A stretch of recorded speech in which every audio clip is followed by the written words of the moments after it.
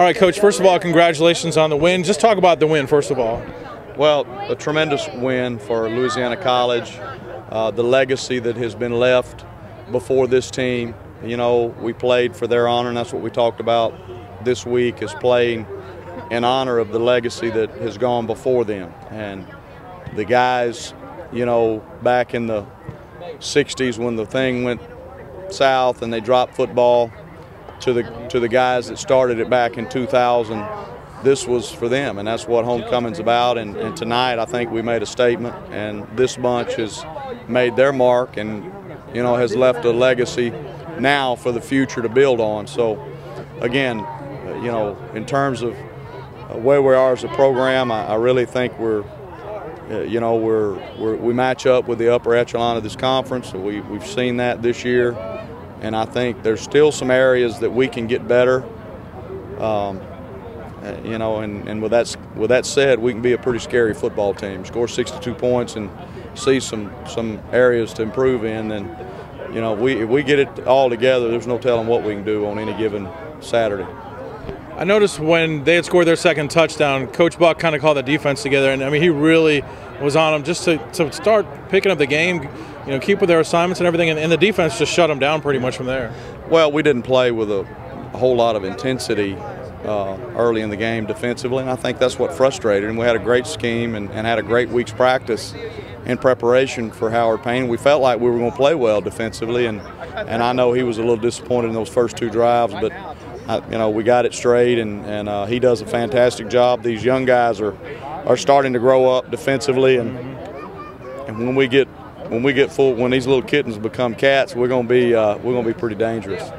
The kitten that already is a cat is Ben McLaughlin as a senior, 498 yards passing today, 6 more touchdowns, sets the new all-time record for passing in the American Southwest Conference. I mean, superlatives kind of don't even do him justice at this point, do they?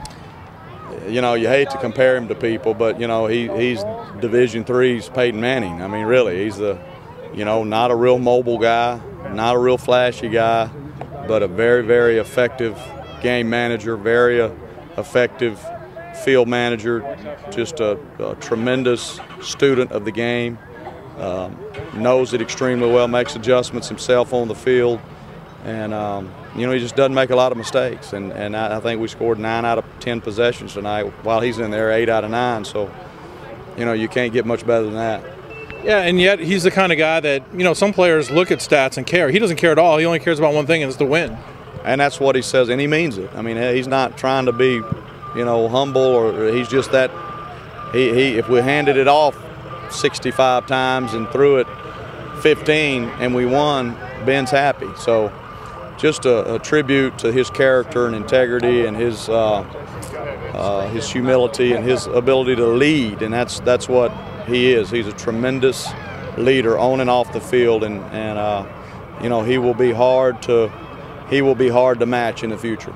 Just want to ask you about the trip coming up next week. You put this game behind you and you start planning for a very, very long bus ride. I know it's something that players and coaches, you don't really look forward to, but it is kind of a unique situation, isn't it? Well, the trip out there is you know, we break it up into 2 days, so it's not too monotonous, you know, and I think we try to make it fun for the guys.